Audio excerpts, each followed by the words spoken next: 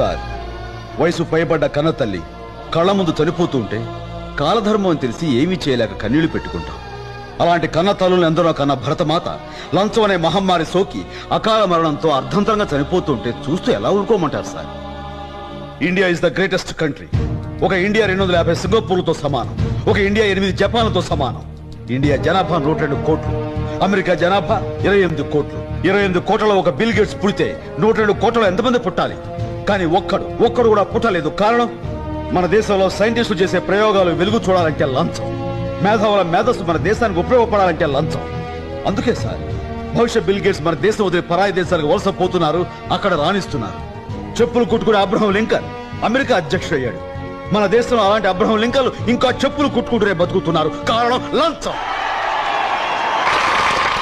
మన దేశంలో అడుగడుగున లంచం. మున్సిపాలిటీ నీళ్లు రావడానికి లంచం, ఇల్లు కట్టడానికి లంచం, కరెంటు ఇవ్వడానికి లంచం, ఆ కరెంటు తీయకుండా ఉండడానికి లంచం, రేషన్ కార్డుకు లంచం, రేషన్ తీసుకోవడానికి లంచం, రైతులకు రుణాలు ఇవ్వాలంటే లంచం, ఆ రుణాలు కట్టలేని పరిస్థితుల్లో ఆస్తులు నిలుపుకోవాలంటే లంచం, హాస్పిటల్లో బెడ్కు లంచం, తినే బ్రెడ్కు లంచం, ఆడపడుచు ఆపరేషన్ లేకుండా సుఖంగా ప్రసవించాలంటే లంచం, బర్త్ సర్టిఫికేట్ లంచం, డెత్ సర్టిఫికేట్ లంచం, మనిషి పుట్టిన దగ్గర నుంచి చచ్చిన దాకా లంచం లంచం లంచం.